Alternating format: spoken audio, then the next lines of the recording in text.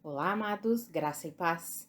Aqui é a Catiane Lins, do Ministério Vida, e é uma alegria estarmos juntos mais um dia compartilhando a Palavra de Deus. Nós estamos meditando nos livros do Novo Testamento. Nós encerramos ontem a primeira carta aos Tessalonicenses e iniciamos hoje a segunda carta aos Tessalonicenses. Tem muitos irmãos que têm chegado recentemente, têm nos ouvido, conhecido o Ministério Vida recentemente, e eu quero dar as boas-vindas para esses irmãos, agradecer a Deus pela vida de cada um de vocês, que juntos nós possamos crescer no conhecimento de Cristo Jesus e avançar em fé, permanecendo firmes na suficiência da obra que Cristo Jesus realizou em nosso favor.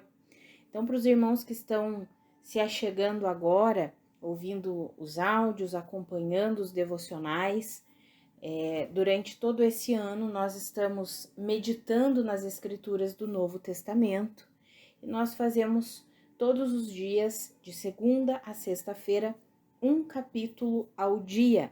E aí eu compartilho com os irmãos um devocional extraído do capítulo do dia. Nós já vimos todos os evangelhos, já vimos Atos dos Apóstolos, já vimos outras cartas, né? Romanos, 1ª e 2ª Coríntios, Gálatas, Efésios, Colossenses, Filipenses, encerramos 1ª Tessalonicenses e hoje estamos aqui começando em 2ª Tessalonicenses, então eu sempre encorajo os irmãos a lerem o capítulo antes de ouvir o áudio, fica mais fácil para compreender o que nós vamos compartilhar aqui.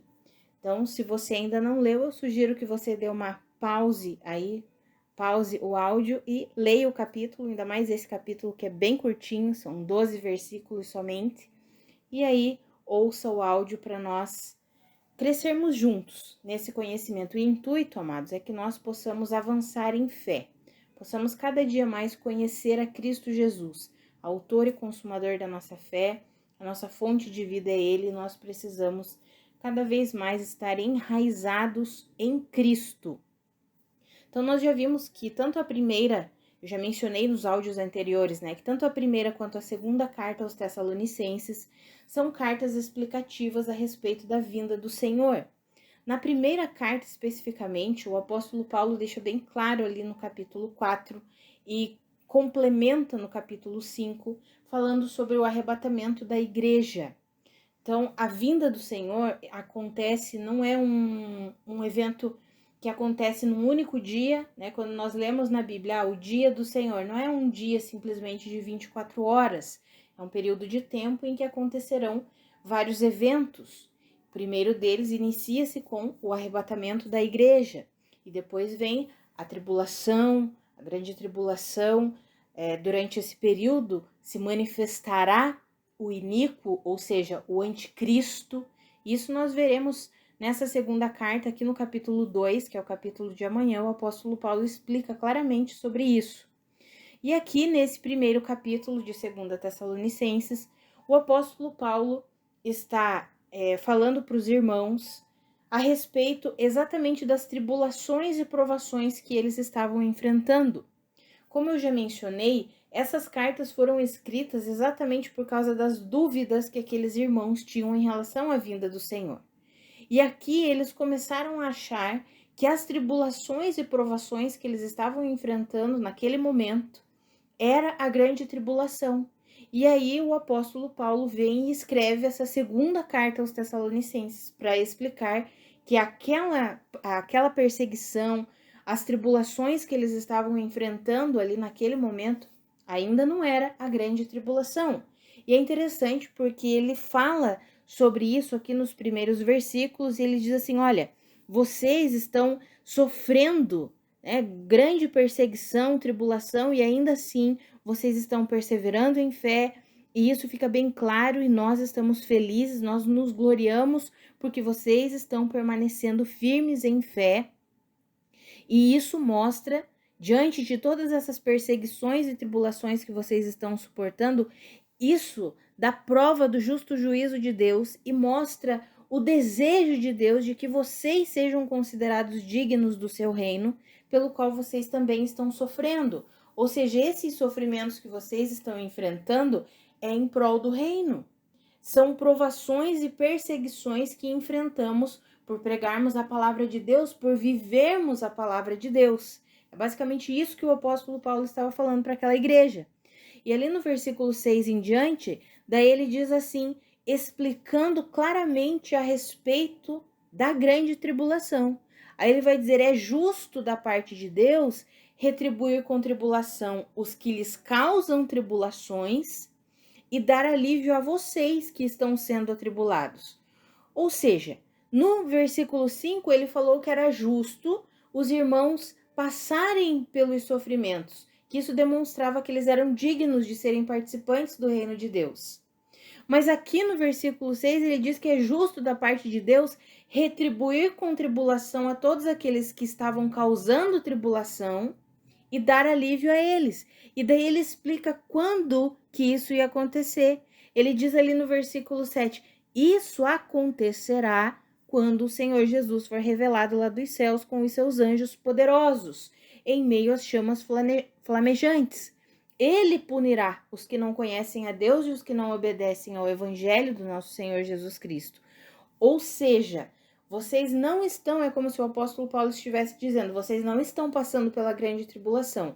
As provações e as tribulações e as perseguições que vocês enfrentam só mostram o quanto vocês são dignos de se tornarem participantes do reino de Deus. Por quê? Porque todo aquele que abandona a sua própria vida para seguir a Cristo enfrentará perseguição. E nós sabemos que isso é uma palavra do próprio Jesus. Ele disse que todo aquele que abandonasse pai, mãe, filhos por amor a ele, enfrentaria perseguição, seria perseguido. Então, é isso que o apóstolo Paulo está explicando aqui para aqueles irmãos de Tessalônica. Agora, na grande tribulação, aí sim, aí vai se manifestar a punição de Deus para todos aqueles que rejeitaram a verdade, para todos aqueles que não quiseram se render à verdade.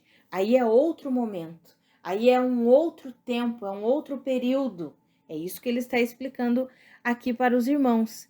E aí, amados, ele vem aqui nos versículos 11 e 12, que é o que eu quero ler com os irmãos, está escrito assim, conscientes disso o quê? De tudo isso que ele explicou, a diferença das tribulações que eles estavam enfrentando para a grande tribulação. Conscientes disso, oramos constantemente por vocês, para que o nosso Deus os faça dignos da vocação e com poder cumpra todo bom propósito e toda obra que procede da fé.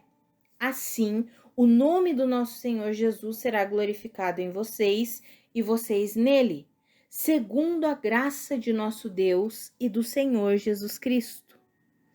Amados, aqui nós trazemos essa palavra e aplicamos para nós. Muitas vezes nós olhamos as tribulações que enfrentamos, principalmente nós que estamos vivendo, eu creio nisso, estamos vivendo nos últimos tempos, Jesus está às portas, mas como eu mencionei, nós aqui do Ministério Vida, nós cremos que nós seremos arrebatados antes da grande tribulação, e na primeira carta aos Tessalonicenses, alguns textos deixam isso um pouco claro, né? Ali no primeiro capítulo, quando fala que Jesus é aquele que nos livra da ira que há de vir, no capítulo 4 também fala, no capítulo 5 também fala, dá-se a entender que nós seremos o que? Arrebatados antes da grande tribulação. E aí, nós, quando olhamos tudo o que enfrentamos, as perseguições, as tribulações, as dificuldades, amados, tudo isso é exatamente por sermos filhos de Deus. Isso acontece mesmo, enquanto estivermos aqui nesse mundo, seremos perseguidos, porque nós vimos estudando a carta aos Efésios. Esse mundo, ele é governado, regido pelo império das trevas. Não estou falando que Deus perdeu a soberania, porque tudo está debaixo do controle do nosso Deus. Ele é soberano sobre todas as coisas.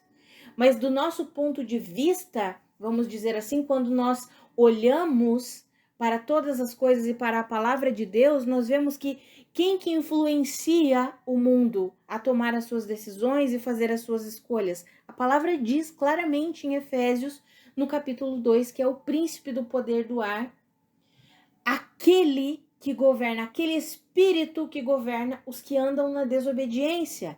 Quem é esse espírito? É Satanás. Então, é esse espírito que governa, que rege o mundo. Então, enquanto nós estivermos aqui, nós enfrentaremos provações, tribulações, perseguições, e quanto mais se aproxima do fim, mais intensa ficarão essas perseguições, porque vai ficar muito claro aqueles que rejeitam a verdade em detrimento daqueles que vivem a verdade. Vai ficando cada vez mais nítido essa diferença. Por isso que fica tanto embate, tanto confronto, não simplesmente confrontos que eu falo físicos ou guerras, não, espiritual mesmo, amados. Nós conseguimos perceber, nós conseguimos discernir espiritualmente tudo o que está acontecendo. Agora, nós não estamos ainda na grande tribulação, porque na grande tribulação é justo da parte de Deus fazer o quê? Retribuir com tribulação os que causam tribulação e dar alívio a vocês ou a nós que estamos sendo atribulados. Ou seja, a nós que recebemos a verdade. Tanto que ele no versículo 8 fala que Deus virá e punirá os que não conhecem a Deus e os que não obedecem ao evangelho. Ou seja, as pessoas que rejeitaram a verdade. As pessoas que conscientemente disseram não para a verdade de Deus. Agora, conscientes de tudo isso, o apóstolo Paulo escreve aqui: nós oramos constantemente por vocês. E aqui nós trazemos para a nossa vida, para que o nosso Deus os faça dignos da vocação e com poder cumpra todo o bom propósito e toda obra que procede da fé. Amados, mesmo diante das circunstâncias contrárias, das provações, das tribulações, é o nosso Deus que nos torna dignos da vocação para a qual Ele nos chamou, como filhos de Deus, como representantes de Cristo, como embaixadores de Cristo aqui nessa terra. E Ele mesmo nos dá poder para cumprir todo o bom propósito e toda a obra que procede do quê? Da fé.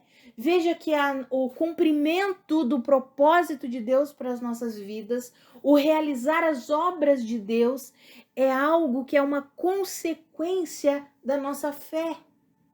É por isso que nós precisamos estar enraizados em fé na suficiência de Cristo Jesus. E, amados, a fé vem por ouvir e ouvir a mensagem.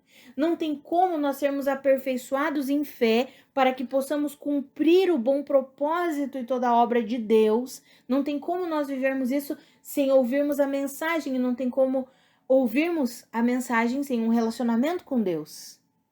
É no tempo em que nós dedicamos para nos relacionarmos com Deus. É no tempo do nosso devocional, é no tempo em que nós tiramos para ler a palavra, é no tempo em que nós tiramos para ouvir a mensagem. É nesse momento em que a nossa fé está sendo o quê? Alimentada, aperfeiçoada.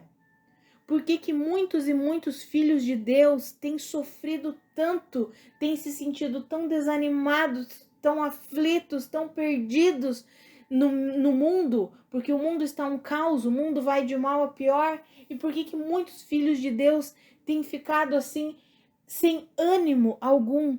Porque não têm ouvido a mensagem, porque não têm se alimentado da palavra, não têm alimentado a sua fé. E, amados, a palavra nos garante a vida do justo, ou seja, daquele que foi justificado por Cristo, só pode ser vivida pela fé. O meu justo viverá pela fé. Nós precisamos alimentar a nossa fé ainda mais quando o dia se aproxima, amados. Nós temos visto, é o que Jesus falou em Mateus capítulo 24, o amor se esfriado, a maldade aumentado, se multiplicado, se nós não nos enraizarmos no Senhor, nas palavras do nosso Deus, no amor de Deus, em fé na suficiência da obra de Cristo Jesus e da palavra de Deus. Se nós não nos firmarmos nisso, amados, nós vamos sucumbir. Quando nós olharmos para nós, a nossa vida estará destruída. Não teremos ânimo nenhum, não teremos propósito nenhum, não enxergaremos motivo nenhum para vivermos. Amados, precisamos nos alimentar com a palavra de Deus. É a palavra que nos dá ânimo. É a palavra que gera em nós perseverança e ânimo. Lá em Romanos, no capítulo 15, fala isso.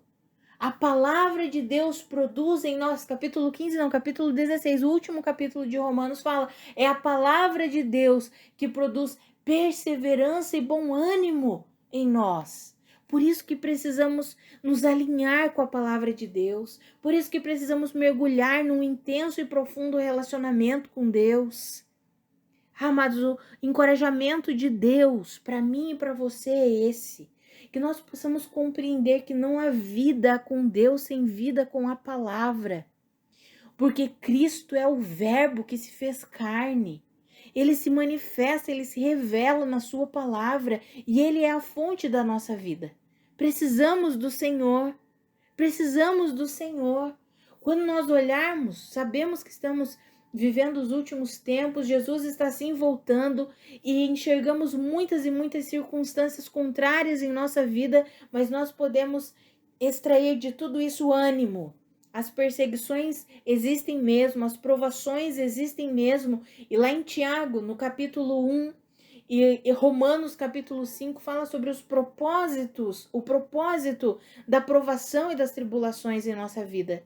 É aperfeiçoar a nossa fé, o nosso caráter, nos tornar pessoas maduras na fé, filhos maduros.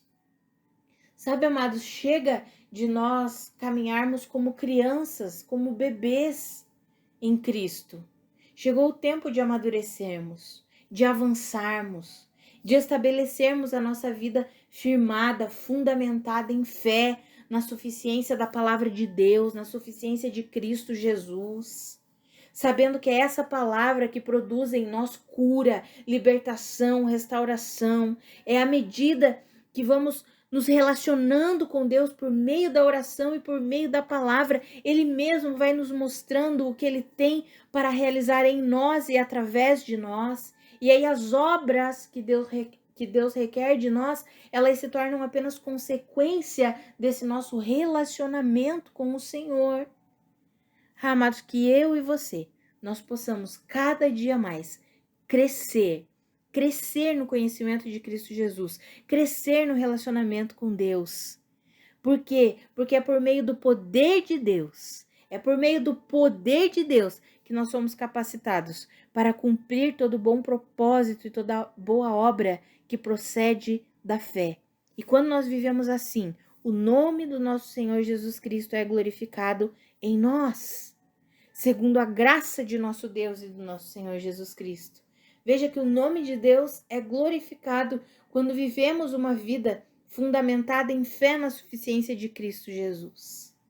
É o nome de Deus que é glorificado. Então, que eu e você, nós possamos cada vez mais nos enraizar na palavra de Deus, nos tornando cada vez mais disponíveis para a atuação de Deus, meditando na palavra, orando, ouvindo mensagens de edificação, em nome de Jesus. Vamos orar, amados? Pai, muito obrigada pela tua palavra. Muito obrigada pela tua mensagem, obrigada pela tua exortação. Pai, nós sabemos que quanto mais o dia da sua vinda se aproxima, mais e mais o mundo fica caótico. Tua palavra já nos garante que as guerras aumentarão, o amor se esfriará, nós veremos todo tipo de problemas na natureza, nós veremos todo tipo, Senhor, de situações que nunca tínhamos visto antes, e a tua palavra nos garante que isso é o início das dores. São terremotos, alteração climática, tudo isso acontecendo e nós estamos vendo, e a tua palavra já nos garante que seria assim.